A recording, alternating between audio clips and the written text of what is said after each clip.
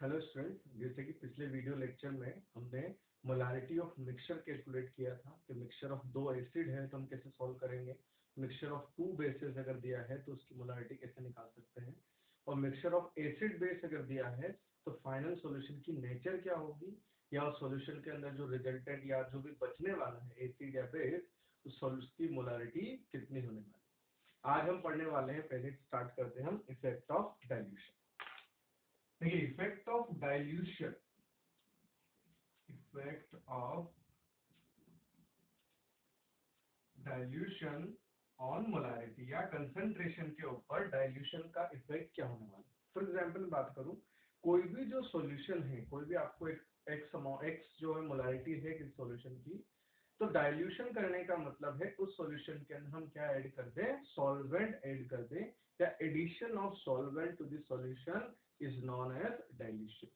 Dilution करने पर होता क्या है, कोई भी सॉल्यूशन की जो मोलारिटी है या जो उसका जो कंसंट्रेशन है वो डिक्रीज हो जाता है, क्योंकि हमारे पास जो number of moles of solute है वो तो सेम रहने वाले हैं। जैसे फॉर एग्जांपल हम बात करें मोलारिटी की, तो देखिए इफेक्ट ऑफ डाइल्यूशन जैसे मेरे पास है कि मान लो एक कंटेनर है, इसके अंदर कोई सॉल्यूशन फिल है जिसकी मोलारिटी जो है वो है m1, और इसका जो वॉल्यूम है इस सॉल्यूशन का सपोज दैट इज v1। तो इसके मोल कितने हो जाएंगे, मोल होता है मोलारिटी इनटू वॉल्यूम, क्योंकि मोलारिटी का फॉर्मूला होता है मोल डिवाइड बाय वॉल्यूम।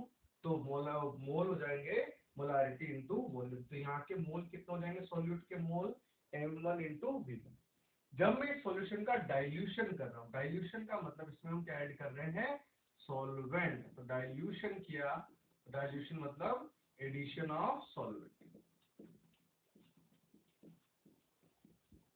तो सॉल्वेंट सॉल्यूशन के अंदर हमने सॉल्वेंट ऐड कर दिया, तो सॉल्वेंट ऐड करने से टोटल वॉल्यूम क्या हो जाना चाहिए, बढ़ जाना चाहिए।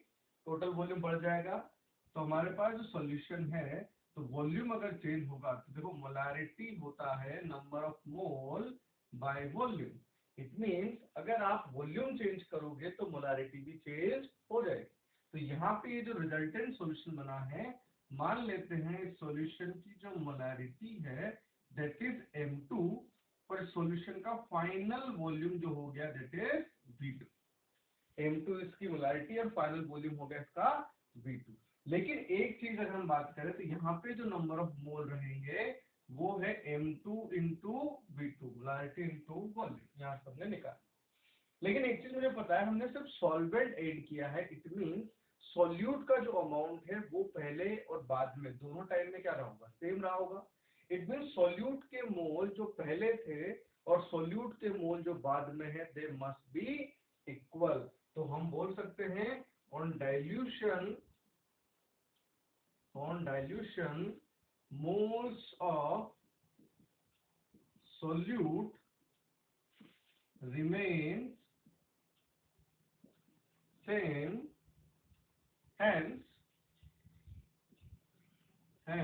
देखिए सॉल्यूट के मोल पहले कितने थे, m1 इंटू v1, बाद में सॉल्यूट के मोल कितने, m2 into v2। It means m1 v1 ये इनिशियल सॉल्यूट के मोल है, that should be equal to final solute के mole that is m2 into v2। तो इक्वेशन बन जाएगी हमारे पास m1 v1 is equal to m2 v2, right. अगर आपको किसी सॉल्यूशन के अंदर नॉर्मेलिटी दे रखी है तो भी हम इसको यूज कर सकते हैं। देखिए मान लो ये फॉर एग्जांपल H2SO4 का सॉल्यूशन है या HCl का सॉल्यूशन है, तो डाइल्यूट करेंगे तो भी H2SO4 ही रहने वाला है। इट मींस इसका एन फैक्टर मान लो 2 है तो यहाँ का भी एन फैक्टर क्या है, 2। तो यहाँ का एन फैक्टर और यहाँ का एन फैक्टर क्या हो जाएगा, कैंसिल आउट हो जाएगा। इट मींस आप m1 v1 बराबर m2 v2 लिखो, या फिर n1 v1 बराबर n2 v2 भी आप लिख सकते हैं। Normality into volume that is number of gram equivalent, और मैंने बताया था कि ग्राम इक्विवेलेंट्स क्या होते हैं, मोल इनटू एन फैक्टर। हमें पता है मोल तो चेंज हुए नहीं है और एन फैक्टर भी किसी भी कंपोनेंट का चेंज नहीं हुआ यहाँ पे, तो एन फैक्टर भी सेम रहेगा। इट मींस उनके इक्विवेलेंट भी सेम रहेंगे। तो m1 v1 बराबर m2 v2 या फिर n1 v1 बराबर n2 v2 भी आप यहाँ पे कर सकते हैं। तो डाइल्यूट करने पे हमारे पास इस तरह का हम कंसेप्ट यूज करेंगे। अब इसमें एक क्वेश्चन आता है find the volume of water added. Suppose solvent अगर वाटर है तो वाटर आपने कितना ऐड किया, अगर वो क्वेश्चन आता है तो देखिए V2 is the final volume, V1 is the initial volume. तो इनिशियल वॉल्यूम के अंदर मान लो आपने x लीटर वाटर ऐड किया है तो फाइनल कितना हो जाएगा V2। तो वॉल्यूम ऑफ वाटर एडेड अगर पूछा जाता है, volume of solvent, suppose water है एडेड, अगर ये क्वेश्चन है, that will be equal to V2 minus V1। ये हमें याद रखना है, क्वेश्चन अच्छे से पढ़ना है। वॉल्यूम ऑफ सॉल्वेंट एडेड या वाटर एडेड पूछेंगे, that is V2 minus V1। ये आंसर हमें लिखना है, V2 is not the answer, right. चलिए इस पे बेस्ड हम कुछ एग्जांपल करते हैं।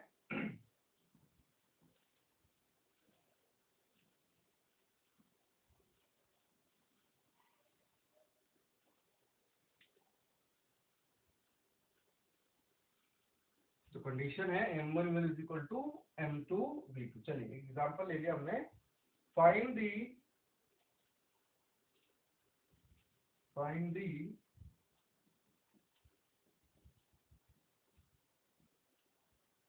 Volume of H2O added to dilute the 100 ml 0.8 molar solution to 0.2 molar। देखिए बेटा इस क्वेश्चन में आपके पास क्या है कि 0.8 मोलारिटी का जो सॉल्यूशन था उसको डाइल्यूट किया तो उसकी मोलारिटी कम हो गई, कितनी हो गई 0.2। तो बताइए आपने पानी कितना ऐड किया, अगर मान लो एक्वस सॉल्यूशन ना होगा तो हमारे पास पानी सॉल्वेंट था, तो यहाँ पे हम क्या यूज कर सकते हैं M1V1 is equal to M2V2। देखिए initial molarity 0.8, initial volume 100, final molarity 0.2 और final volume is equal to V2 हो जाएगा। तो V2 की वैल्यू कितनी आ जाएगी 0.8 इंटू 100 डिवाइडेड बाय 0.2, तो ये कितना हो जाएगा देखिए बेटा 400। तो ये फाइनल वॉल्यूम है 400 ml। तो वाटर एडेड पूछा है तो H2O added will be V2 minus V1 that is 400 minus 100। तो आंसर जो है हमारा वो 300 ml आएगा, राइट। तो 300 ml जो हमने वाटर ऐड किया तभी जाके फाइनल सॉल्यूशन की मोलारिटी जो है वो 0.2 हुई, राइट। चलिए एक और एग्जांपल हम करते हैं इसमें। थोड़ा सा मास परसेंट वाला जो टर्म है जो हमने पिछली क्लास में पढ़ा था उससे रिलेटेड हम एग्जांपल करने वाले। देखिए एग्जांपल है व्हाट वॉल्यूम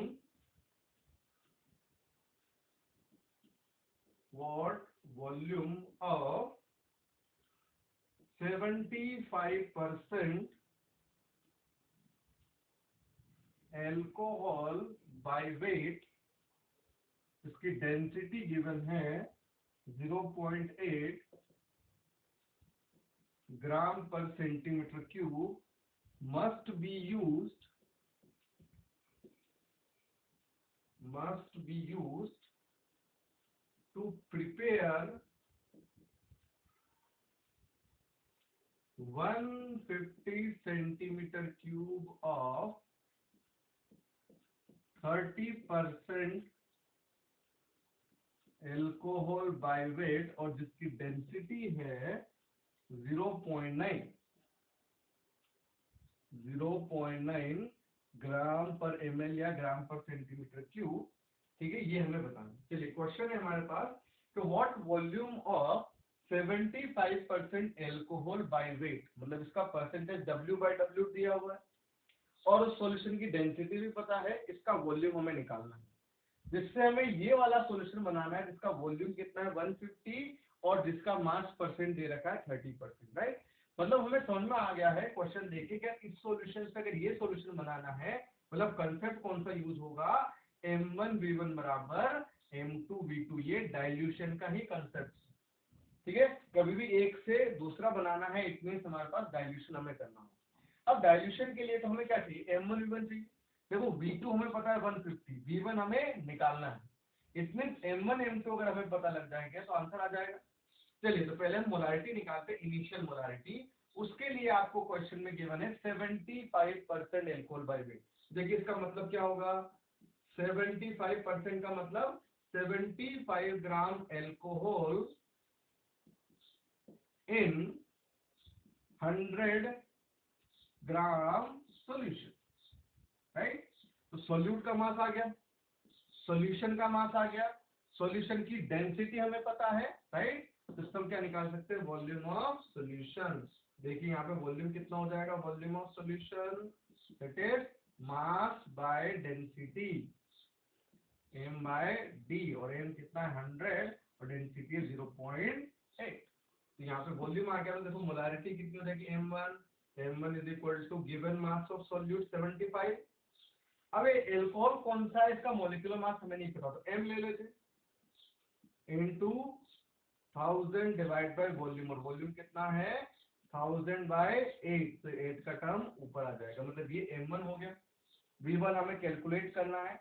सिमिलरली हम क्या निकाल सकते हैं, m2 कैलकुलेट कर सकते हैं, और फिर m2 का यूज करके हम या m1 is equal to m2 v2 का यूज कर सकते हैं। देखिए ये m1 हो गया। सिमिलरली अगर मैं m2 निकालूं तो उसके लिए क्या दिया है 30% एल्कोहल, राइट। तो 30% का मतलब 30 ग्राम इन 100 ग्राम सॉल्यूशन, राइट। तो इसकी मोलारिटी देखिए कितनी हो जाएगी, 30 ग्राम molar mass m 1000 upon volume. तो सिमिलरली यहाँ पे वॉल्यूम कितना होगा 100, और इसकी डेंसिटी कितनी होगी 0.9, तो 100 बाय 0.9 मतलब ये हो जाएगा, देखिए 1000 अपॉन 9, मतलब मल्टीप्लाई कर दिया मैंने 9 से। तो m1 पता है, m2 पता है, v2 पता है, v1 हम कैलकुलेट कर लेंगे। देखिए यहाँ पे m1 v1 is equal to m2 v2, तो ये हो गया 75 by m into 1000 by 1000 into 8 into v1 बराबर v2 is equal to m2 30 by m 1000 into 9 by 1000 into 150। देखिए ये सब चीजें कैंसिल आउट हो गई, m से m भी कैंसिल आउट हो गया। देखिए v1 इज इक्वल टू कितना आ जाएगा 30 into 9 into 150 divided by 75 into 8, ठीक है। देखो 75 से 2 टाइम कैंसिल आउट हुआ और 2 से ये 4 टाइम, तो हो जाएगा 9 के 27, 270 by 4 मतलब कितना हो जाएगा ये 67.5, 6 चौक 24, 30, 7 चौक 28, तो 20 है 67.5 ml विल बी आंसर। तो ये क्वेश्चन आपको समझ में आया होगा कि 75% दिया है तो उससे हमने मास परसेंट का यूज करके मोलारिटी निकाल के लिया इसमें। सिमिलरली यहाँ पे मास परसेंट से मोलारिटी निकाल लिया m2, और m1 बराबर m2 v2 कर दिया। इस तरह का हमारे पास डिफिकल्ट क्वेश्चन आ सकता है, बाकी सिंपल क्वेश्चन हमारे पास मोलारिटी से हम सॉल्व कर सकते हैं, राइट। ये तो हमारे पास जो है मास परसेंट के क्वेश्चन हो गए। चलिए नेक्स्ट जो है एक और टाइप का जो क्वेश्चन हमारे पास आता है वो आता है volume strength of H2O।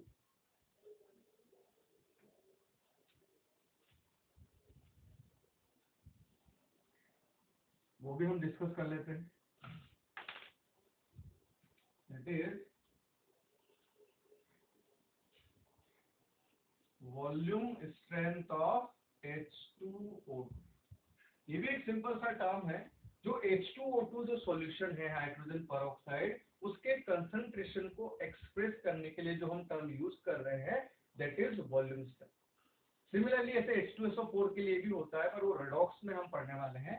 H2O2 के लिए सिंपल सा है, वॉल्यूम स्ट्रेंथ होता है H2O2 का, वो हम H2O2 का कंसंट्रेशन जो एक्सप्रेस करेंगे उसका टर्म होगा वॉल्यूम स्ट्रेंथ, और इसको हम V से रिप्रेजेंट करते हैं, ठीक है। और V से रिप्रेजेंट करने का मतलब जो है, देखिए इसका सिंपल मतलब है, जैसे मैंने बोला कि 75% W/W, उसका मतलब क्या हुआ 75 ग्राम सोल्यूट इन 100 ग्राम सोल्यूशन। उसी तरह से अगर मान लो किसी सॉल्यूशन की वॉल्यूम स्ट्रेंथ दे रखी XVH2O2 दे रखा है, मान लो आप X इसकी वॉल्यूम स्ट्रेंथ है, तो इसको रीड करने का तरीका है, इसका मतलब क्या हो जाएगा, on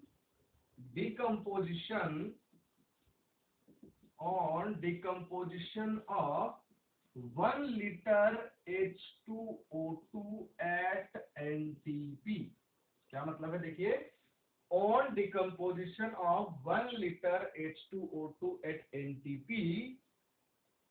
it gives X liter of oxygen gas। देखिए एक बार समझते हैं, तो वॉल्यूम स्ट्रेंथ को रिप्रेजेंट करने का टर्म होता है V, और किसी भी सॉल्यूशन की वॉल्यूम स्ट्रेंथ सपोज X दी है, जैसे आपको बोल दिया है कि 5.6 V 10 VH2O2 solution 20 VH2O2 solution, उस तरह से XV अगर दिया है तो इसका मतलब होगा कि अगर आप NTP पर 1 लीटर H2O2 को डिकम्पोज करते हैं तो उससे आपको जितनी वॉल्यूम स्ट्रेंथ होगी उतने लीटर ऑक्सीजन गैस मिलने वाली है। तो ये तो टर्म का मतलब हुआ क्या होता है, लेकिन इसको सॉल्व करने का तरीका आसान है, उसको हम डायरेक्टली समझ लेंगे। देखिए अगर मैं H2O2 का डिकम्पोजिशन लिख रहा हूँ तो H2O2 टूटेगा तो H2O प्लस हाफ O2 में कन्वर्ट हो रहा है, और मुझे पता है इसका वॉल्यूम है 1 लीटर, और उससे इसके कितने बन रहे हैं बेटा, x litre, that is volume strength. तो इसका x लीटर है अगर NTP पर, तो इसके मोल कितने हो जाएंगे, वॉल्यूम डिवाइड बाय 22.4, ये इसके मोल हो जाएंगे, राइट। तो देखिए इस रिएक्शन के हिसाब से आप क्वेश्चन जो आता है इसके अंदर, find the molarity of H2O2 या फिर find the normality of H2O2, ये क्वेश्चन आता है। या फिर रिवर्स, आपको मोलैरिटी दी होगी तो वॉल्यूम स्ट्रेंथ निकालना होगा, रिवर्स भी क्वेश्चन आ सकता है।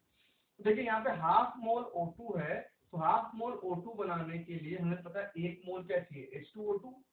तो इतने मोल O2 बनाने के लिए उसके डबल हमारे पास क्या होना चाहिए, H2O2। तो mole of H2O2 should be कितने हो जाएंगे, 2 टाइम्स ऑफ x अपॉन 22.4, मतलब ये तो हो गए मोल ऑफ H2O2, ये वॉल्यूम ऑफ H2O2 है। It means molarity of H2O2 हम यहाँ से कैलकुलेट कर सकते हैं। देखिए molarity of H2O2 solution that is mole है x अपॉन 22.4 अपॉन 1 इंटू 2, यहाँ पर मल्टीप्लाई बाय 2 भी है। तो देखिए मोलैरिटी ऑफ H2O2 कितना बन जाएगा, x अपॉन 11.2, x क्या है यहाँ पे, वॉल्यूम स्ट्रेंथ। तो बेसिकली आप लिख सकते हैं volume strength by 11.2 is the molarity of H2O2। तो इतना सिंपल सा क्वेश्चन है कि जब भी वॉल्यूम स्ट्रेंथ निकालने को पूछेंगे तो हम क्या कर देंगे, मोलैरिटी को 11.2 से मल्टीप्लाई कर दो, या फिर वॉल्यूम स्ट्रेंथ अगर दे रखी है तो मोलैरिटी निकालनी है तो वॉल्यूम स्ट्रेंथ को डिवाइड बाय 11.2 कर देंगे, तो क्या आ जाएगा हमारे पास, मोलैरिटी। सिमिलरली अगर नॉर्मलिटी पूछ ली है तो हमें पता है नॉर्मलिटी क्या होता है, n फैक्टर इनटू मोलैरिटी, और H2O2 का n फैक्टर कितना होगा, 2। H2O2 का n फैक्टर 2 होगा, तो 2 से अगर इसको मल्टीप्लाई कर देंगे तो ये कितना हो जाएगा, 5.6 रह जाएगा। तो क्या बन जाएगा, वॉल्यूम स्ट्रेंथ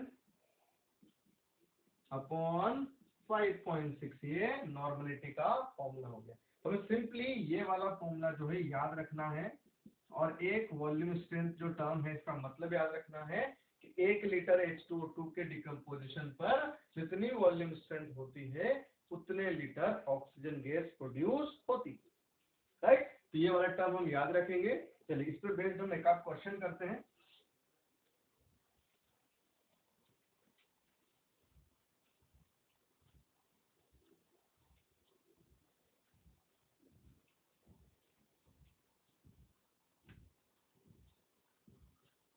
देखिए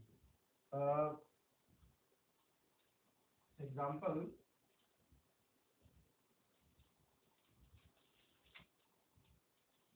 to calculate the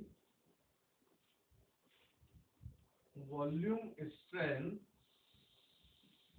of H2O2 solution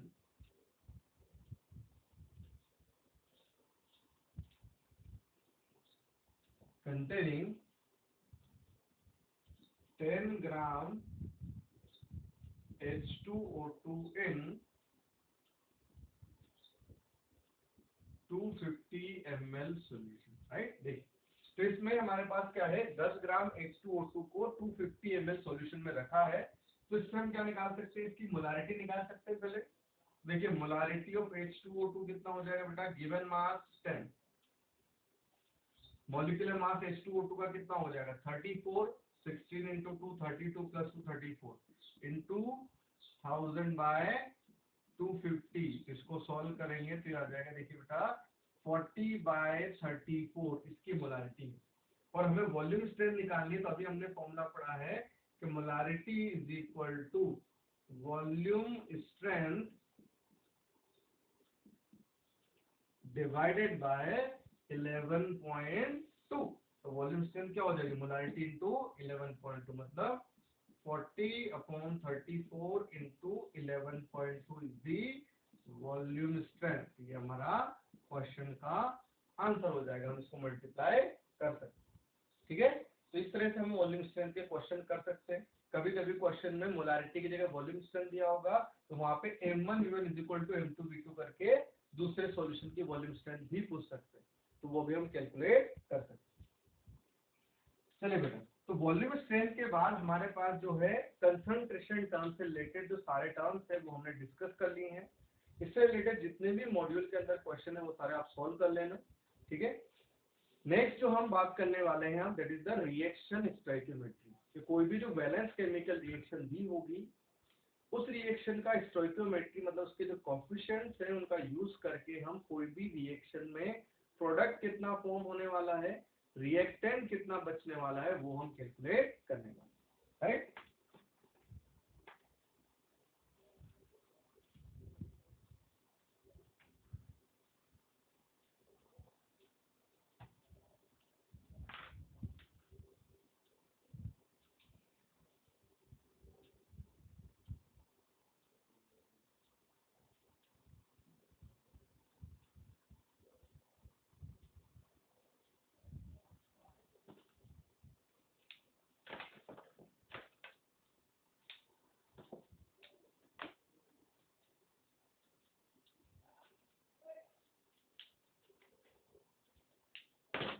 देखिए रिएक्शन स्टोइकियोमेट्री की हम बात कर रहे हैं। देखिए रिएक्शन स्टोइकियोमेट्री हमारे पास क्या है, हम बैलेंस रिएक्शन के अंदर एनालिसिस की बात कर रहे हैं। फॉर एग्जांपल ये आपको एक रिएक्शन दे रखी है, AA plus BB giving CC and DD। ये एक बैलेंस केमिकल इक्वेशन आपको दे रखी है, this is a balanced equation, ठीक है। तो इस बैलेंस्ड इक्वेशन को देख के हम ये बोल सकते हैं कि अगर इस रिएक्शन की मैं बात करूं, ठीक है, तो law of conservation of mass हमारे पास बोलता है जितना रिएक्टेंट का मास है टोटल, उतना मास किसका होना चाहिए, प्रोडक्ट का। जैसे हम एग्जांपल के थ्रू उसको समझ सकते हैं। जैसे मान लो ये रिएक्शन दे रखी है 2NH3 से N2 प्लस 3H2 गैस, ये बन, ठीक है, ये रिएक्शन हमारे पास है। अब इस बैलेंस रिएक्शन के हिसाब से अगर मान लो मैं ये कहूं कि इस रिएक्टेंट का 2 ग्राम रिएक्ट करके इसका 1 ग्राम और इसका 3 ग्राम बनाता है, इसका मतलब तो क्या हुआ, अगर मैंने ऐसा बोला तो इसका 2 ग्राम है, 2 ग्राम और इन दोनों का मिला के कितना हो गया 4 ग्राम। तो पर ये तो जो है law of conservation of mass के अगेंस्ट हो गया कि मैक्सिमम प्रोडक्ट कितना बन सकता है, जितना रिएक्टेंट हो, मतलब अगर रिएक्टेंट 2 ग्राम है तो प्रोडक्ट भी कितना बन सकता है, मैक्सिमम 2 ग्राम, उससे ज्यादा प्रोडक्ट फॉर्म नहीं हो सकता। इट मीन ये जो स्टोइकियोमेट्रिक कोएफिशिएंट्स हैं इनको देख के हम ये नहीं बोल सकते कि इसका 2 ग्राम, इसका 1 ग्राम, इसका 3 ग्राम बनाता है, क्योंकि ये law of conservation of mass के अगेंस्ट है, मतलब ये ग्राम के टर्म में इसको नहीं बोल सकते। लेकिन हम ऐसा बोल सकते हैं कि जैसे मान लो इसके 2 मोल, इसका 1 मोल और इसके 3 मोल बनाते हैं, ऐसा बोल सकते हैं क्या। देखिए इसके लिए क्या हो जाएगा, इसके 2 मोल का अगर मैं मास लिखूं तो इसके मोल 2 है और मास क्या होता है, देखिए mole is equal to mass given mass upon molar mass, मतलब मुझे मास निकालना है तो मोल इनटू मोलर मास अगर मैं कर रहा हूं that is a given mass. तो अगर मैंने इसके 2 मोल लिए हैं और इसका मोलर मास था 17, तो ये कितना होगा 34 ग्राम, राइट, ये इसका मास है 34 ग्राम। सिमिलरली इसका 1 मोल है तो इसका मास कितना होगा 14 इंटू 2 28, मोलिकुलर मास है तो इसका कितना होगा 28 ग्राम। सेम इसका 2 इंटू 3 दैट इज 6 ग्राम। अगर मैं इन दोनों को ऐड कर दूं तो ये आ रहा है, देखिए 34 ग्राम। इट मीन जो रिएक्टेंट का मास है total 34, that should be equal to product का मास, तो वो तो आ रहा है 34। और उसके लिए हमने क्या किया है, ये जो कोएफिशिएंट्स लिखे थे इनको किससे मल्टीप्लाई किया, इनके रेस्पेक्टिव मॉलिक्यूलर मासेस से। इसका मतलब मोल इनटू मोलर मास हमने किया है। तो मैं ये बोल सकता हूँ कि इसके 2 मोल N2 का 1 मोल और H2 के 3 मोल फॉर्म करते हैं, पर इसका 2 ग्राम, इसका 1 ग्राम और इसका 3 ग्राम फॉर्म नहीं करेंगे। हाँ, मैं ये बोल सकता हूँ कि इसका टोटल 34 ग्राम N2 का 28 ग्राम बनाएगा और H2 का 6 ग्राम फॉर्म करेगा। ठीक है, क्योंकि 34 और ये दोनों का मिला के भी कितना होगा, 34। तो ये जो रिएक्शन स्टोइकियोमेट्री है, तो इसमें हम बात कर रहे हैं ये जो कोएफिशिएंट्स दिए हैं ए बी सी डी। ठीक है, इस एग्जांपल के थ्रू हमने समझा कि ये जो A B C D coefficients हैं, ये कोएफिशिएंट किसको रिप्रेजेंट कर रहे हैं, नंबर ऑफ मोल्स को। राइट, यहाँ पे देखिए A B C and D, small ABCD क्या है, स्टोइकियोमेट्रिक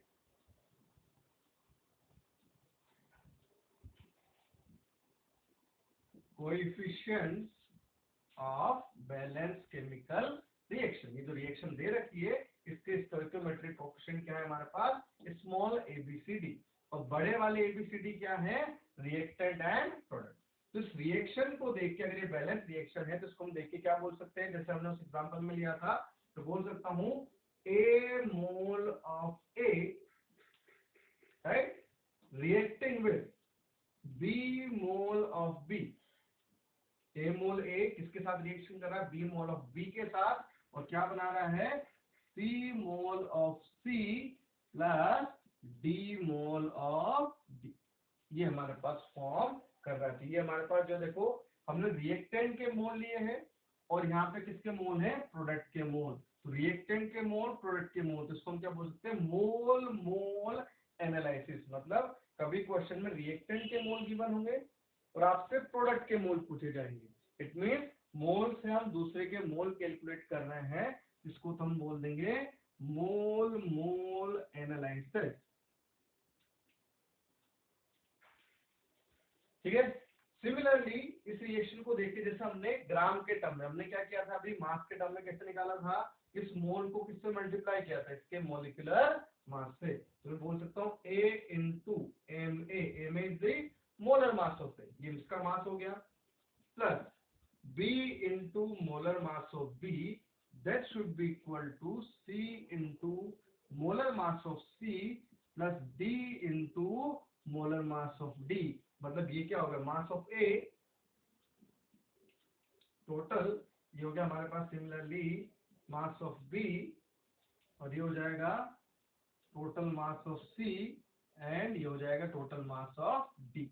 ये हमारे पास कौन से एनालिसिस जाएगी, रिएक्टेंट का मास दिया है और उसका अगर प्रोडक्ट का मास निकालना है तो इसको हम क्या बोल सकते हैं, मास मास एनालिसिस। राइट, तो ये हमारे पास देखिए क्या हो गया, मास मास एनालाइज। राइट, तो ये जो है इसको समझना है हमें अच्छे से। हम जो है मैक्सिमम क्वेश्चन में सिर्फ यही यूज करेंगे क्योंकि इससे बार बार गलती नहीं होती। इसके थ्रू मोल अगर हमें पता है तो मोल से हम मास निकाल सकते हैं, number of molecules, volume at NTP STP, वो सारे क्वेश्चन एक साथ हम सॉल्व कर सकते हैं। तो आप मास मास एनालिसिस कर सकते हैं, मोल मोल कर सकते हैं, मास मोल कर सकते हैं, वॉल्यूम मोल कर सकते हो, किसी भी टर्म में आप इसको सॉल्व कर सकते हैं। एक और चीज, अगर ए मोल है, अगर हमें पता है टेम्परेचर प्रेशर सेम है, देखिए PV is equal to NRT equation है, अगर प्रेशर और टेम्परेचर सेम है, आर तो सेम होते ही है, कांस्टेंट है, तो वॉल्यूम जो होगा वो किसके प्रोपोर्शनल होता है, नंबर ऑफ मोल्स के। It means A mole of A की जगह हम क्या लिख सकते हैं, A litre of A combine with B litre of B to form C litre of C and D litre of D. तो ये भी वॉल्यूम और ये भी अगर वॉल्यूम है तो उसको हम क्या बोल देंगे, वॉल्यूम वॉल्यूम एनालिसिस। तो वो भी हम आगे जाके किसी क्वेश्चन में यूज करेंगे। ठीक है, बस हम सिर्फ इन एबीसीडी कोएफिशिएंट को ग्राम के अंदर नहीं लिख पाए, तो हम इसी का यूज करके, इसी कंसेप्ट का यूज करके, सपोज आपको बोल दिया है कि इसके 10 मोल हैं, तो इसके पूछ लिए इसके कितने मोल बनने वाले हैं। तो हमें पता है इसके अगर ए मोल होता है तो इसके सी बनते हैं यूनिटरी मेथड। तो अगर इसके 10 होंगे तो कितने बनेंगे, C by A into 10 will be the answer. उस टाइप के क्वेश्चन अभी हम सॉल्व करने वाले हैं, right.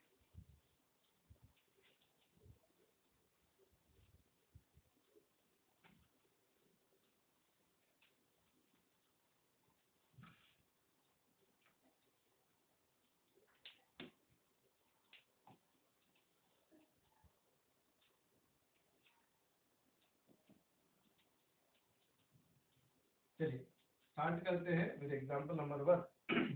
Calculate the mass of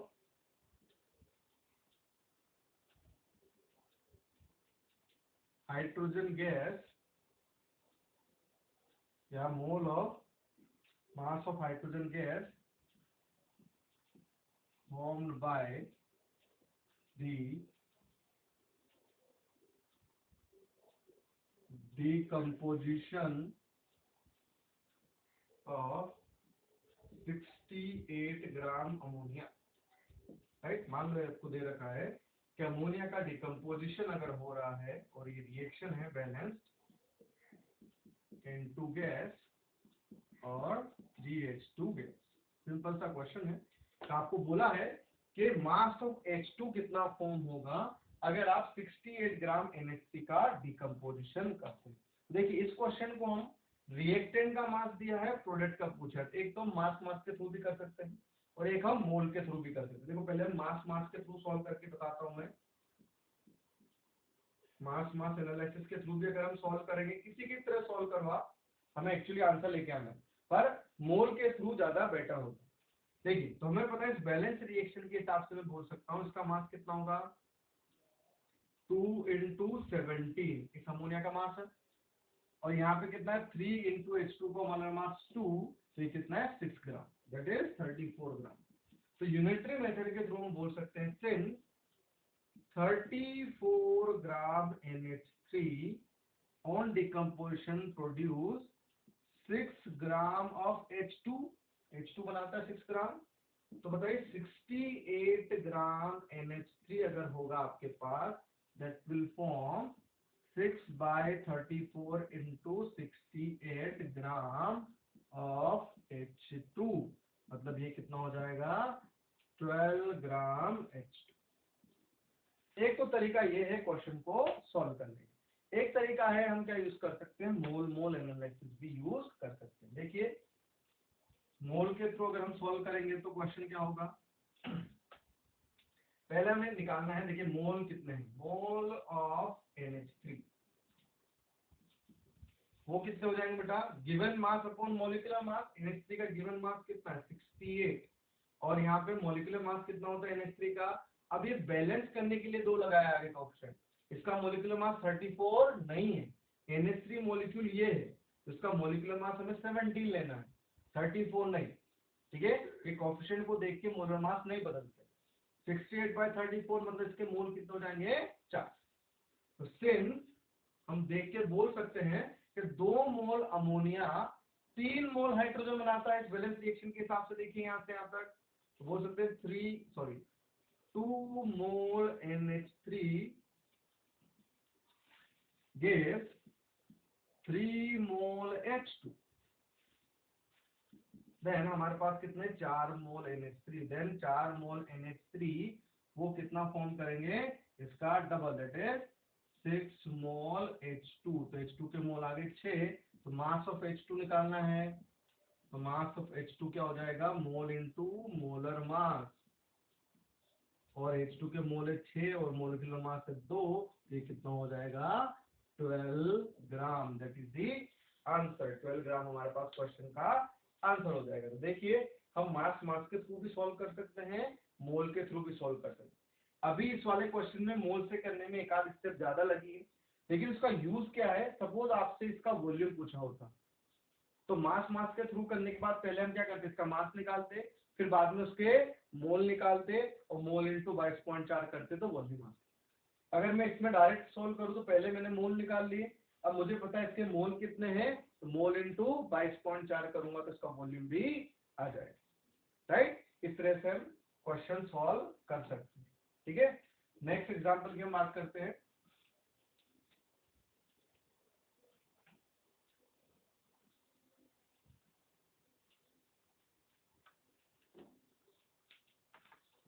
चलिए नेक्स्ट एग्जांपल है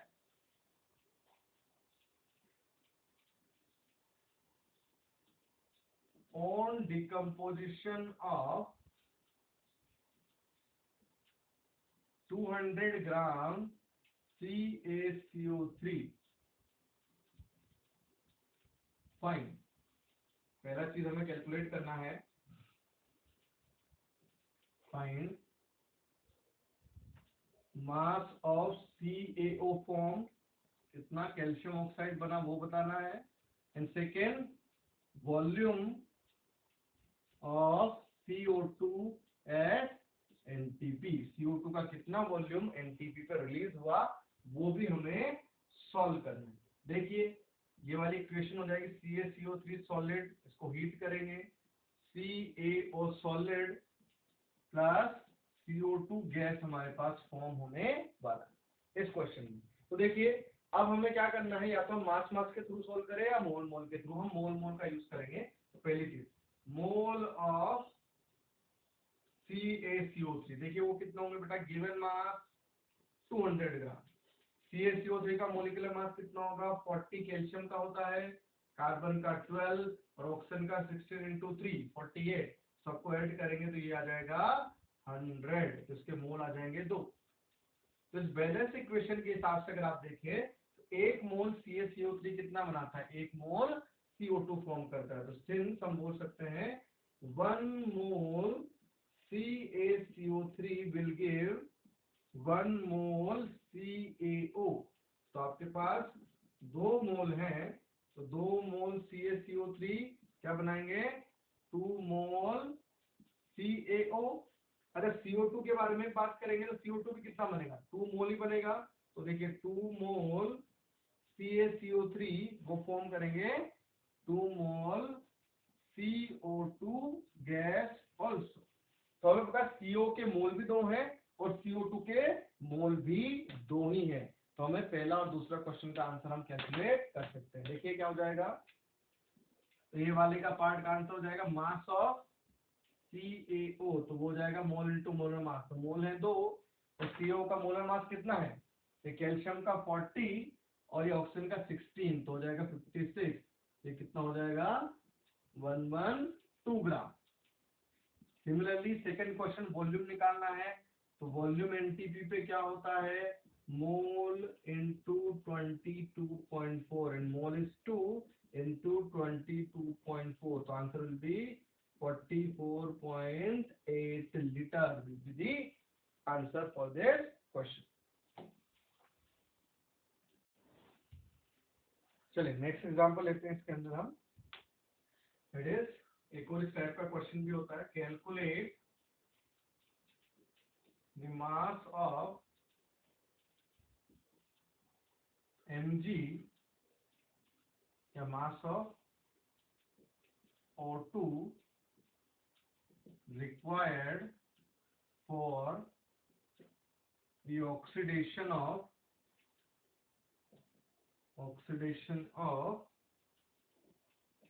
24 ग्राम मैग्नीशियम। देखिए क्वेश्चन है कि आपको 24 ग्राम मैग्नीशियम दिया है, इसका ऑक्सीडेशन करने के लिए कितने ग्राम ऑक्सीजन की रिक्वायरमेंट है। देखिए इस टाइप का क्वेश्चन, तो मैग्नीशियम का ऑक्सीडेशन होगा तो Mg को O2 से रिएक्शन करके क्या फॉर्म करने वाला है, MgO, ये रिएक्शन होगी। अगर इस रिएक्शन को बैलेंस कर दे तो यहाँ पे 2 और यहाँ पे भी 2 का टर्म आ जाएगा, ये रिएक्शन हो गई बैलेंस। अब हमें अब की बार प्रोडक्ट के बारे में नहीं बोला, तो प्रोडक्ट को हमें रिलेट नहीं करना, जैसे पहले हमने बोला था रिएक्टेंट से प्रोडक्ट निकालना था। अब की बार एक रिएक्टेंट के बारे में इंफॉर्मेशन है और दूसरे रिएक्टेंट के बारे में हमें निकालना है, तो अब की बार प्रोडक्ट के बारे में हमें कोई यूज नहीं। तो देखिए इस रिएक्शन के हिसाब से अगर हम देखें 2 मोल मैग्नीशियम 1 मोल ऑक्सीजन से रिएक्शन करते हैं, तो हम यहाँ पे पहले निकाल लेते हैं। देखिए मोल ऑफ Mg वो कितने होंगे, देखिए मैग्नीशियम का गिवन मास है 24 और मैग्नीशियम का जो एटॉमिक मास होता है Mg का वो भी होता है बेटा 24, तो मोल कितने हो जाएंगे इसके 1। तो देखिए, तो इस बैलेंस रिएक्शन के थ्रू हम बोल सकते हैं सिंस 2 मोल Mg मैग्नीशियम वो कितने मोल ऑक्सीजन से रिएक्शन करते हैं 1, react with 1 mole oxygen, right. Then हमारे पास है 1 मोल, तो 1 मोल Mg, एक ही मोल है हमारे पास, 1 मोल Mg react with will react with 1/2 mole O2, तो मतलब O2 के मोल आ गए 1/2। तो मास अगर निकालना है सपोज मास ऑफ O2 क्या हो जाएगा 1/2 इंटू O2 का मोलिकुलर मास 32, तो कितना होगा बेटा 16 ग्राम, ऐसा भी हो सकता है।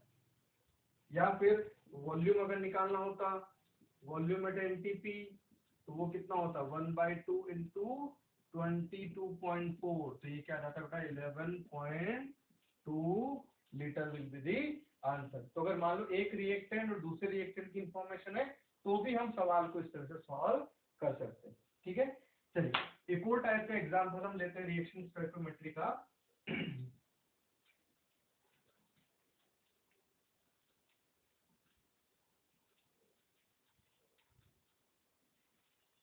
एक और एग्जांपल है ए सैंपल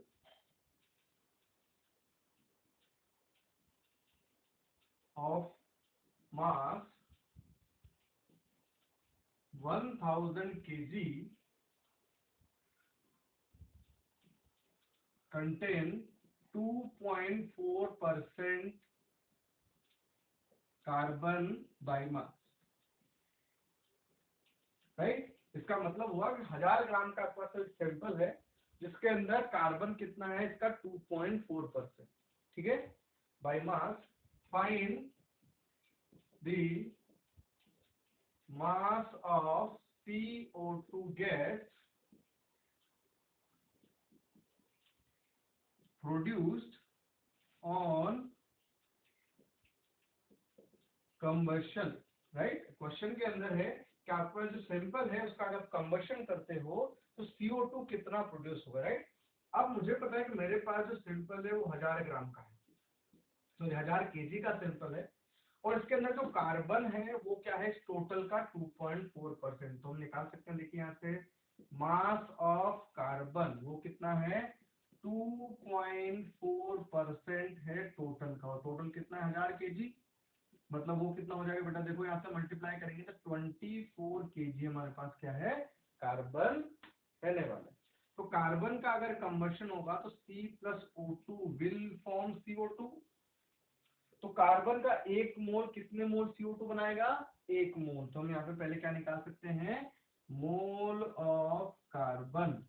तो देखिए कितना हो जाएगा बेटा 24 केजी है तो मल्टीप्लाई बाय 23 ग्राम कर दिया मैंने 10 to the power 3, 24 into 10 to the power 3 gram, और कार्बन का एटॉमिक मास होता है 12, तो मोल हो जाएंगे 2 इंटू 10 टू द पावर 3 मोल। तो बोल सकते हैं 1 मोल कार्बन 1 मोल CO2 बनाता है, तो हमारे पास कितने 2 into 10 to the power 3 carbon के मोल, तो CO2 कितना बनेगा 2 into 10 to the power 3 mole CO2 will be formed, then mass of CO2 will be mole into molar mass, तो ये कितना हो जाएगा देखो बेटा 88 इंटू 1000 ग्राम या 88 केजी जो है हमारे पास क्या प्रोड्यूस होने वाला है CO2 प्रोड्यूस होने वाला है। तो इस तरह से मास परसेंट के टर्म में दिया है तो भी हम क्वेश्चन को इस तरह से सॉल्व कर सकते हैं, राइट।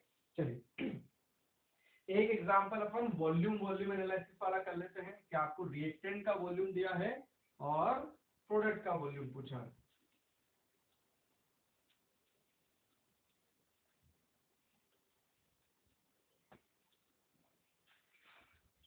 या वॉल्यूम मास का रिलेशन भी कर सकते हैं। सपोज दे रहा है क्वेश्चन एयर कंटेन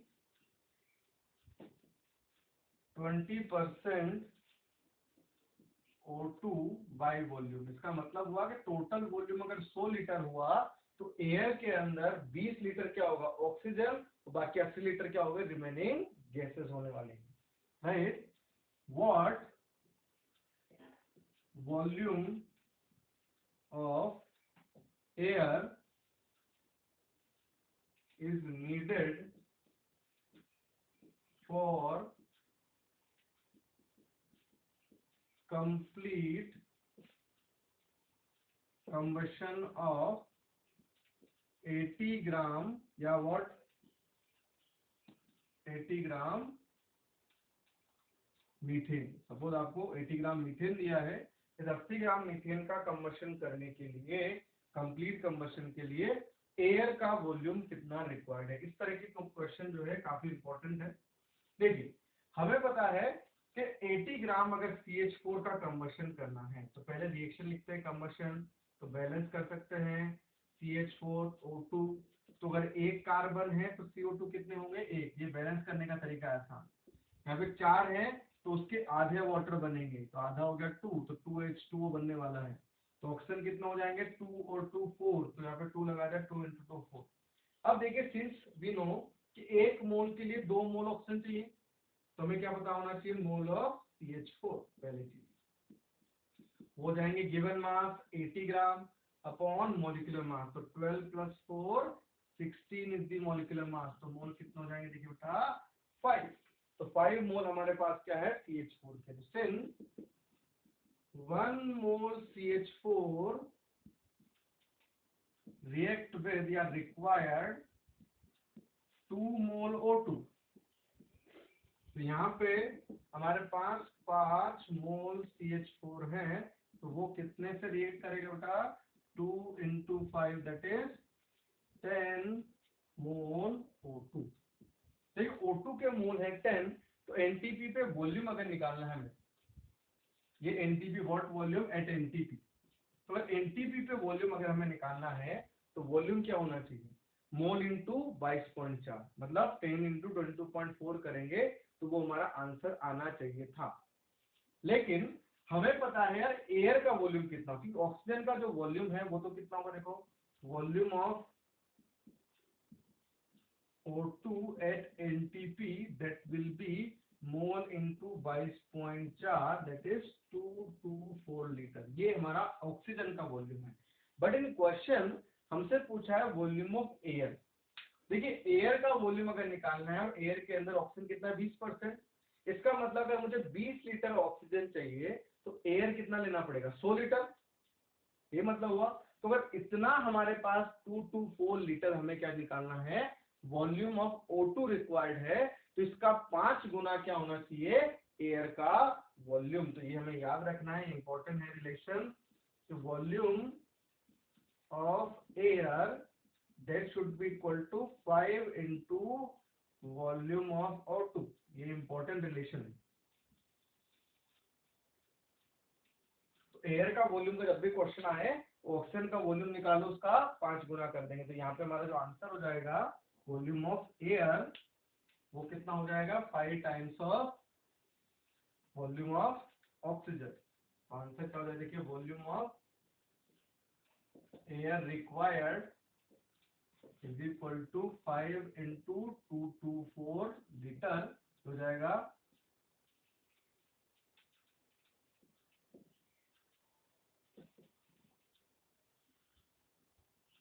ठीक है, ये हो जाए 1120 लीटर हमारे पास आंसर हो जाए। ठीक है, ठीक है, ये हमारे पास कंबशन वाला क्वेश्चन का एग्जांपल हो। एक और जो क्वेश्चन है उसके अंदर यहाँ पे तो गिवन मास दिया था, वहां पे वॉल्यूम वॉल्यूम वाला भी क्वेश्चन हो सकता है। एक और एग्जांपल हम कर लेते हैं।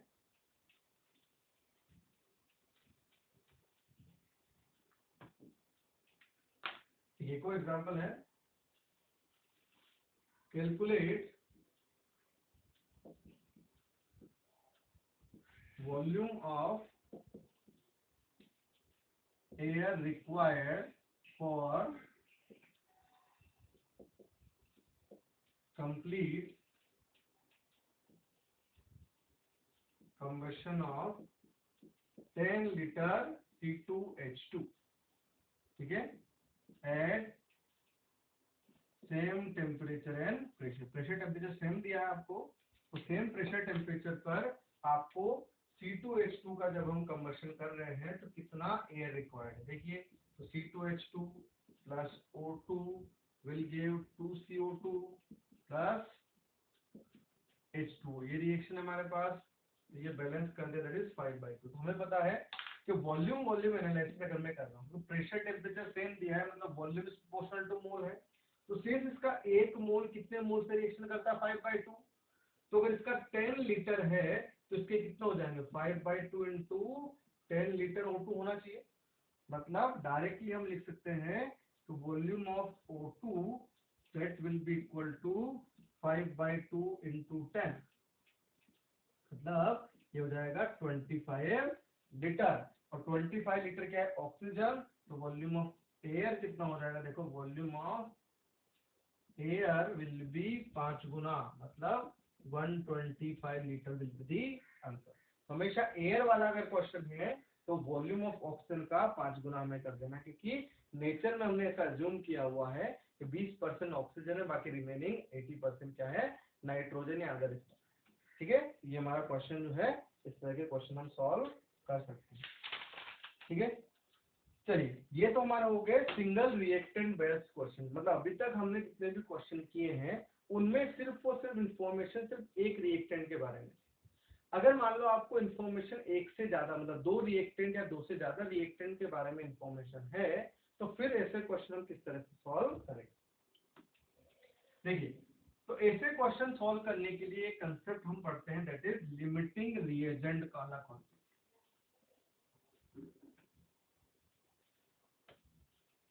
ठीक है, स्टार्ट करते हैं, दैट इज लिमिटिंग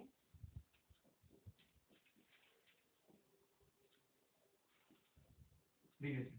ठीक है, लिमिटिंग रिएजेंट जो होता है, मतलब सिंपली अगर बाय डेफिनेशन बोला जाए तो the reagent which is present in limit, या वो रिएक्टेंट जो रिएक्शन के प्रोडक्ट फॉर्मेशन पे लिमिट लगा दे, या मैक्सिमम प्रोडक्ट इतना ही बनेगा, that is the limiting reagent.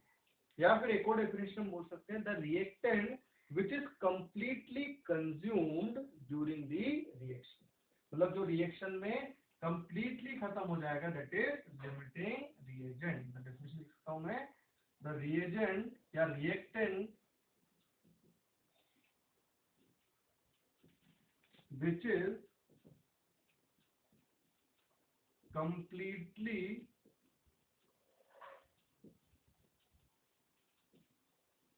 consumed during the reaction, मतलब जो रिएक्शन के दौरान कंप्लीटली खत्म हो जाएगा, that will be the limiting reagent। अब लिमिटिंग रिएजेंट आइडेंटिफाई करने के लिए तरीका क्या होता है, how to identify limiting reagent. एक तो तरीका है जो है सिंपल सा तरीका है, एक है कि हम क्या करेंगे, पहली स्टेप 1 जो है, find mole of each reactant, सभी के मोल निकालो। और फिर स्टेप 2 में हम क्या कर देंगे, डिवाइड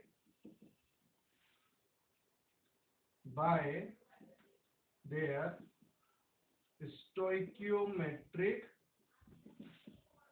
कोएफिशिएंट, उनको क्या करेंगे हम, उनके स्टोइकियोमेट्रिक कोएफिशिएंट से डिवाइड करेंगे, और फिर जो हमारे पास सबसे स्मॉलेस्ट होगा, दैट विल बी LR। तो smallest reactant, smallest will be limiting reagent, मतलब जो सबसे कम होगा वो तो क्या हो जाएगा, लिमिटिंग रिएजेंट हो जाएगी। ये हमारे पास तरीका है। अब हम एग्जांपल के थ्रू उसको चेक करते हैं कि लिमिटिंग को हम आइडेंटिफाई कैसे करेंगे, या मैं एक और तरीका उसके अलावा आपको बताता हूँ। देखिए, फॉर एग्जांपल आपको ये दे रखा है A + 2B गिवन C, और गिवन है दोनों रिएक्टेंट के मोल कितने, 10 मोल दोनों के गिवन। एक तरीका है मोल आइडेंटिफाई करने का, उसमें हम क्या करेंगे, सिर्फ और सिर्फ लिमिटिंग पता करेंगे, बाकी यूनिटरी मेथड लगा के बाकी रिएक्टेंट प्रोडक्ट की इंफॉर्मेशन निकालेंगे। चलिए पहले देखो, लिमिटिंग आइडेंटिफाई करने का जो तरीका है, हम क्या करेंगे, इसके मोल है 10 और इसका कोएफिशिएंट है 1, तो 10/1, तो ये तो आ रहा है 10।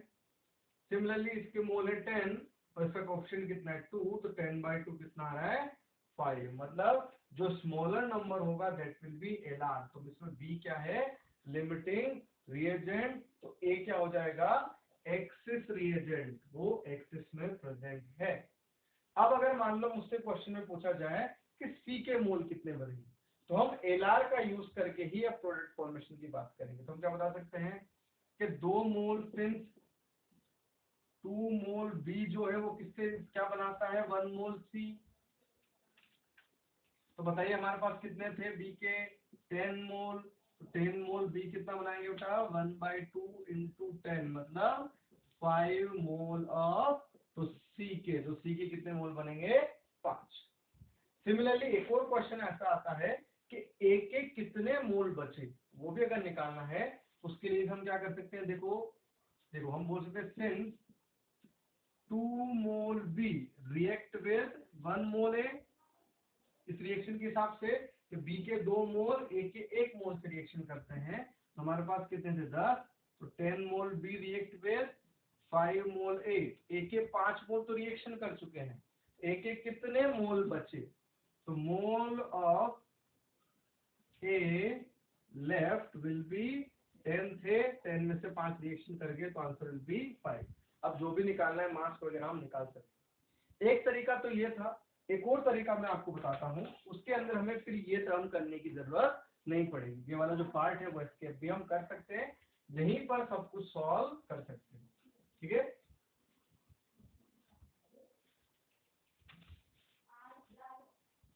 देखिए ये वाला एग्जांपल हम फिर से लेते हैं। एग्जांपल में a + 2b गिविंग c था, राइट, और इसके मोल थे 10 और इसके भी मोल थे 10। अब हमें क्या करना है बेटा आगे, जैसे मान लो इसका कोएफिशिएंट 1 है तो हमें क्या लिखना है 10 - 1x, एक ही है तो 1x लिख दिया, यहाँ 2 है तो 10 - 2x कर दो, राइट, यहाँ पे कोएफिशिएंट है 2, यहाँ पे कोएफिशिएंट 1 है तो इस पे लिख दिया हमने x। क्या करना है, मोल जितना कोएफिशिएंट उतने x माइनस कर देंगे। अब इन दोनों में से मुझे देखना है कि x की स्मॉलर वैल्यू, तो या तो ये 0 होगा ये 0 होगा, ये लिमिटिंग होगा तो ये 0 हो जाएगा 0 बचेगा, ये लिमिटिंग होगा तो ये वाला कंपोनेंट क्या बचेगा 0। मतलब यहां से अगर मैं x निकालूं सिंस, तो x = कितना आएगा 10, और यहां से अगर मैं x की वैल्यू निकाल रहा हूं तो x कितना आ रहा है 5। तो स्मॉलर कौन सा है 5 वाला, मतलब ये वाला हम कंसिडर करेंगे और ये वाला कंसिडर करेंगे, ये वाला कंसिडर नहीं करेंगे, जो स्मॉलर वैल्यू। तो x की वैल्यू कितनी आई 5, तो एक साथ सब्स्टिट्यूट करो सब जगह पे। ठीक है, फिर से देखो क्या किया मैंने, 10 मोल इसके 10 मोल, 10 - x इसका कोएफिशिएंट 1 था, 10 - 2x क्योंकि कोएफिशिएंट 2 है और यहाँ पे कोएफिशिएंट 1 है तो क्या लिख दिया x। यहाँ से x निकाला मैंने वो आया 10, यहाँ से x इसको इक्वल टू 0 किया, वहां से x निकाला तो कितना है 5। तो x = 5 स्मॉलर है तो इसको हमने एक्सेप्ट कर लिया, और x = 10 जो है वो उसको हमने रिजेक्ट कर दिया। तो x की वैल्यू 5 अगर मैं सब में सब्स्टिट्यूट कर दूं तो देखो x की वैल्यू 5 रखेंगे तो यहाँ पे कितने बचेंगे 5, यहाँ पे 5 रखा तो कितना बचेगा 0, राइट, और यहाँ पे 5 रखा तो कितना बन रहा है 5। देखो फिर हमें यूनिटरी लगाने की जरूरत नहीं पड़ी, तो हम डायरेक्टली बोल सकते हैं c के कितने बनेंगे 5, a के कितने बचेंगे 5, b के कितने बचेंगे 0, मतलब b क्या है लिमिटिंग रिएजेंट। अगर मान लो पूछा जाता मास ऑफ c बताओ तो मोल इनटू मोलर मास कर देते, वॉल्यूम ऑफ सी बताओ तो स्मॉल इनटू 22.4 कर देते तो आंसर आ जाता। मास ऑफ ए लेफ्ट पूछा होता तो मोल इनटू मोलर मास ऑफ ए कर देंगे तो भी आंसर आ जाएगा, राइट। चलिए इसका एक और एग्जांपल करते हैं हम लिमिटिंग का।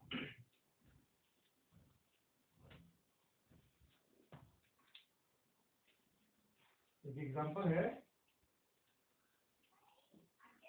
28 gram of N2 and 12 gram of H2 are reacted to form NH3, right? Find maximum mass of NH3 produced। तो NH3 का मैक्सिमम कितना मास बन सकता है वो हमें निकालना है। तो सबसे पहले हमारे पास N2 और H2 का गिवन मास है, तो सबसे पहली स्टेप में हम क्या करते हैं सबके मोल निकालेंगे। चलिए यहाँ पे हम निकाल लेते हैं, देखो मोल ऑफ N2 वो तो कितना आ जाएगा, तो N2 का कितना दिया 28 ग्राम, और N2 का मोलिकुलर मास 14 × 2 28, तो इसके मोल तो हो गए 1। Similarly mole of H2, H2 का है 12 ग्राम और H2 का मोलिकुलर मास 2, तो मोल आ जाएंगे इसके 6, तो दोनों के मोल आए। चलिए अब हमारे पास जो बैलेंस रिएक्शन है वो लिख दी मैंने, N2 plus 3H2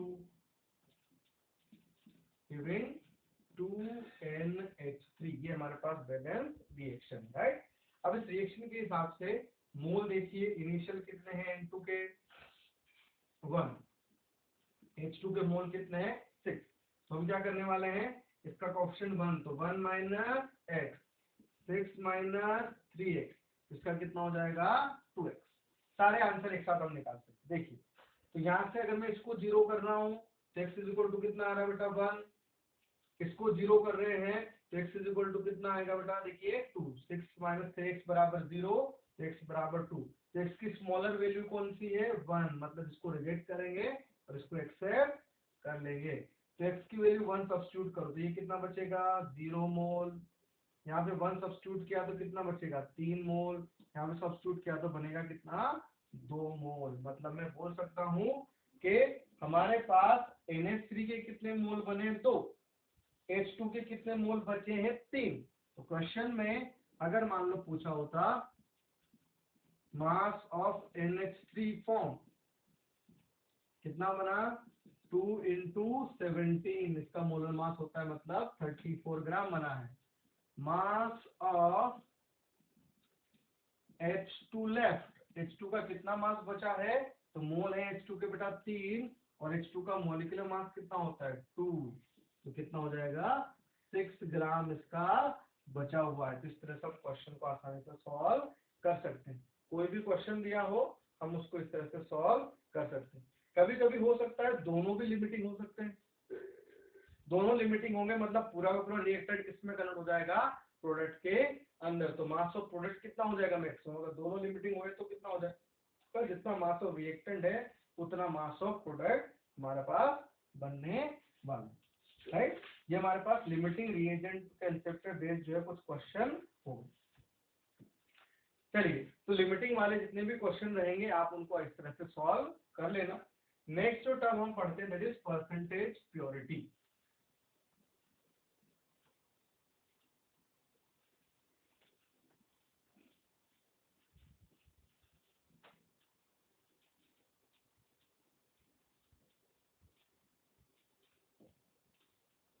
देखिए परसेंटेज प्योरिटी वाले जितने भी क्वेश्चन होंगे तो परसेंटेज प्योरिटी का मतलब है कि आपको कोई एक इम्प्योर सैंपल दिया हो। फॉर एग्जांपल मैंने बोला 100 ग्राम आयरन का सैंपल है। अब आयरन का जो ओर है फॉर एग्जांपल 100 ग्राम का, उस ओर के अंदर बहुत सारी इम्प्योरिटी हो सकती है, 10 पार्टिकल हो सकते हैं, कुछ अदर मेटल्स हो सकते हैं, कुछ नॉन रिएक्टिव मेटल हो सकते हैं, तो इस तरह से मिला के बहुत सारी इम्प्योरिटी भी उसके अंदर हो सकती है। तो सैंपल जो दिया है उस सैंपल में जितना प्योर कंपोनेंट होगा सिर्फ वही आगे रिएक्ट कर सकता है, जितनी भी इम्प्योरिटी डस्ट है पत्थर है कुछ भी जो है उसके अंदर वो रिएक्ट कभी भी नहीं करेंगे। इट मीन्स हमें क्या करना है कि जितना भी सैंपल का मास दिया है उसके अंदर से पहले हम क्या करेंगे इम्प्योर जो है उसको अलग करके फिर प्योर वाला मटेरियल निकालेंगे, उसकी आगे जाके हम रिएक्शन करवा देंगे। तो अगर मान लो फॉर एग्जांपल आपको एक सैंपल दिया है और सैंपल का मास सपोज कितना है m ग्राम, ठीक है, m ग्राम का अगर सैंपल है, ठीक है, और इसके अंदर से मान लो मैंने ले लिया है कि suppose x gram is pure.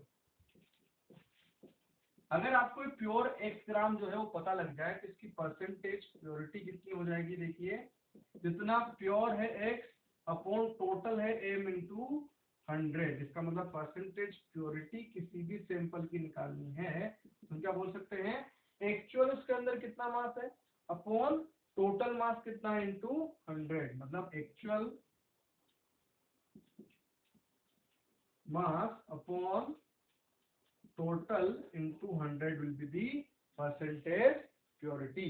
एक रिवर्स क्वेश्चन भी होता है कि आपको पहले से ही परसेंटेज प्योरिटी अगर गिवन हो तो हम क्या कर सकते हैं जितना भी सैंपल दिया है उसका उतना ही परसेंट रिएक्ट करेगा जितना परसेंट वो प्योर होगा। चलिए हम एक से दो एग्जांपल कर लेते हैं इसमें दोनों टाइप के क्वेश्चन इन्वॉल्व है। देखिए परसेंटेज प्योरिटी का example, 200 gram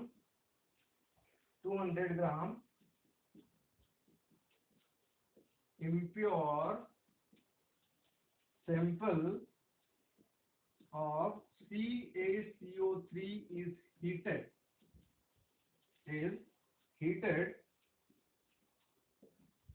which produce 22 gram of CO2 gas. Find percentage purity of sample. ठीक है बेटा, तो इसमें आपने कंप्लीटली उसको हीट किया है, मतलब जितना भी कैल्शियम कार्बोनेट प्रेजेंट था वो पूरा का पूरा रिएक्ट कर चुका है। तो हम मान लेते हैं कि पूरा जो सैंपल है आपके पास कितना है, 200 ग्राम का सैंपल, ठीक है। और इसके अंदर जो प्योर x ग्राम बोल दिया, x ग्राम प्योर क्या है, CaCO3 है इसके अंदर। तो परसेंटेज प्योरिटी क्या होनी चाहिए, x/200 × 100, ये आंसर हो जाएगा। इसका आंसर तो हमें पता है, x ग्राम प्योर CaCO3 मान लिया हमने इसमें, upon mass of sample total into 100। अगर हमें x पता लग जाएगा तो आंसर आ जाएगा। चलिए तो x हम कैसे कैलकुलेट करेंगे, देखो CaCO3 को अगर हीट करेंगे तो CaO प्लस CO2 गैस बनेगी। अब इसका कितना मास है हमारे पास, x ग्राम, तो इसके मोल कितने हो जाएंगे, x/100 मोल, क्योंकि इसका मोलिकुलर मास 100 है। सिर्फ एक मोल CaCO3 कितना बनाता है, एक मोल CO2, तो x/100 मोल कितने बनाने चाहिए, x/100 मोल ऑफ CO2 इतना बनेगा। तो मास ऑफ CO2 कितना हो जाएगा, देखिए मोल इनटू मोलिकुलर मास, इतना बनना चाहिए था। बना कितना है, 22 ग्राम, मतलब 22 = 44x/100। तो देखिए यहाँ से x की वैल्यू कितनी आ रही है बेटा, 50 आ रही है। 22 से 2 टाइम 2 से 50, तो x = आ रहा 50। इट मींस परसेंटेज प्योरिटी कितनी हो जाएगी, 50/200 × 100, मतलब ये कितना होगा, 25% प्योर, मतलब पूरा का पूरा प्योर नहीं है, उसमें 75% क्या है, इम्प्योरिटी। तो एक तो इस तरह का क्वेश्चन होगा कि आप पूरे सैंपल में से x ग्राम प्योर माने और उस x ग्राम के आगे रिएक्शन कराइए, x फाइंड आउट करो और आंसर में सब्स्टिट्यूट कर देंगे तो भी आंसर आ जाएगा। इसका एक और तरीके का क्वेश्चन होता है कि आपको पहले से ही परसेंटेज प्योरिटी दी होती है और पूछा जाता है प्रोडक्ट कितना बने।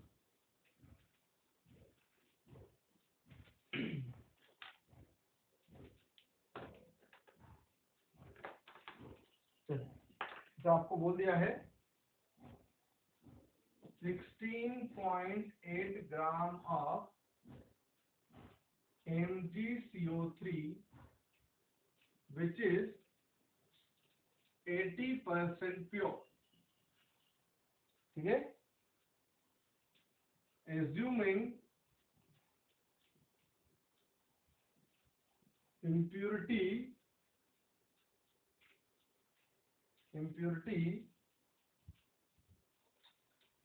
is thermally stable. Thermally stable का मतलब हो गया कि उसको हीट करने पे उसमें कोई चेंज नहीं होगा। Then find mass of MgO। MgO का कितना मास फॉर्म हो सकता है वो हमें बताना। देखिए तो इसमें एक तो तरीका वही है कि हम इसमें x ग्राम मान सकते हैं, या फिर हमें पता है टोटल जो सैंपल है वो 16.8 ग्राम का है, उसमें प्योर कितना है 80%, तो हम निकाल सकते हैं। देखिए मास ऑफ MgCO3 जो क्या है प्योर वाला, प्योर कितना हो जाएगा टोटल मास का 80%, तो टोटल कितना है 16.8, उसका 80% हमने ले लिया, ये प्योर है, मतलब सिर्फ और सिर्फ यही रिएक्ट करके MgO बनाएगा, बाकी इम्प्योरिटी रिएक्ट नहीं करेगी। इट मींस MgCO3 की रिएक्शन कराई तो MgO प्लस बना CO2, तो इसका मोल कितना हो जाएंगे, देखिए ये हो जाएगा बेटा 0.8 × 16.8 डिवाइड बाय MgCO3 का मोलिकुलर मास वो होता है 84, ये इसके मोल है। तो इसका एक मोल बनाएगा, तो मोल ऑफ MgO कितने हो जाएंगे देखिए, is equal to 0.8 into 16.8 upon 84, ठीक है। तो इसका मास क्या हो जाएगा, मोल इंटू मोलर मास, तो मोल हमें पता ही है, तो 0.8 इंटू 16.8 अपॉन 84 इंटू MgO का मोलर मास होता है 40, तो आंसर हमारे पास आ जाएगा मास ऑफ MgO कितना बनेगा, ठीक है। इस तरह से हम क्या कर सकते हैं, परसेंटेज प्योरिटी वाले जितने भी क्वेश्चन है वो हम सॉल्व कर सकते हैं। तो चलिए बेटा, मोल कंसेप्ट के अंदर जो हमारे पास रिमेनिंग चीजें हैं वो है हमारे पास परसेंटेज यील्ड ऑफ रिएक्शन, और एक पीओएसी का टर्म हम पढ़ेंगे, और एक और चीज बची है last, that is the idiometry of the reaction. उसके बाद हमारा मोल कंसेप्ट जो है वो खत्म हो जाएगा, ठीक है। तो हम अगली क्लास में ये तीनों टर्म डिस्कस करने वाले हैं। Thank you.